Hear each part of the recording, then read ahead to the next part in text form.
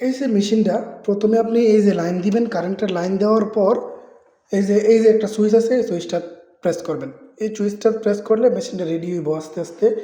তারপর এই যে ক্যাপসুল, এই যে ক্যাপসুল দিয়ে মূলত এই কফিটা তৈরি করা হয়, নেসকফি যাকে বলে। এই যে ক্যাপসুল দেখছেন, এই ক্যাপসুলের সাইজ দেখেন, এইরকম সাইজের ক্যাপসুল।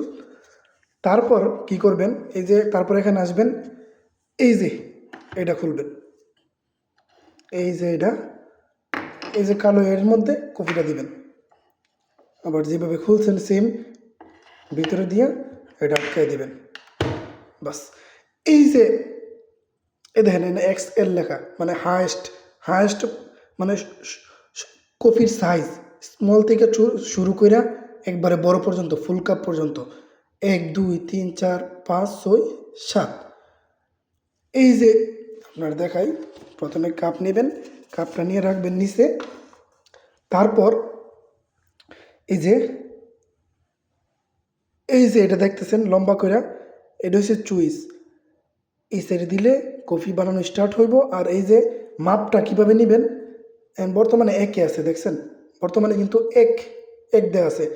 এটা যতবার পিছনে প্রেস করবেন ততবার এটা আপ হইব, আবার সামনে জানলে এটা ডাউন হইব।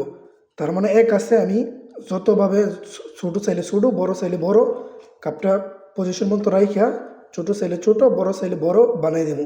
এই যে আমি দিলাম দেখেন, 1 2, আগে থেকে 1 দেওয়া ছিল, বর্তমানে 3 আছে।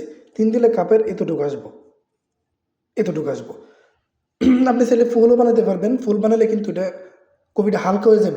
এই যে একটা ক্যাপসুল, একটা ক্যাপসুলে কফিটা হালকা হয়ে যাব। এরা কিন্তু সৌদিরা কিন্তু তিতা খায় বেশি, বুঝছেন?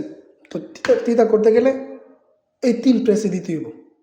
হ্যাঁ, তারপরে সুইচটা দিয়ে দিলেন, এন্ড অটোমেটিক কফিটা হয়ে যাব, অটোমেটিক কফিটা হয়ে যাবে। এই যে দেখেন কফি পড়তেছে, এই যে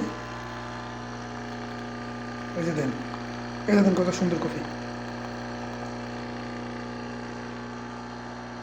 আর কিচ্ছু করতে হইব না, অটোমেটিক কফি রেডি হয়ে যাব।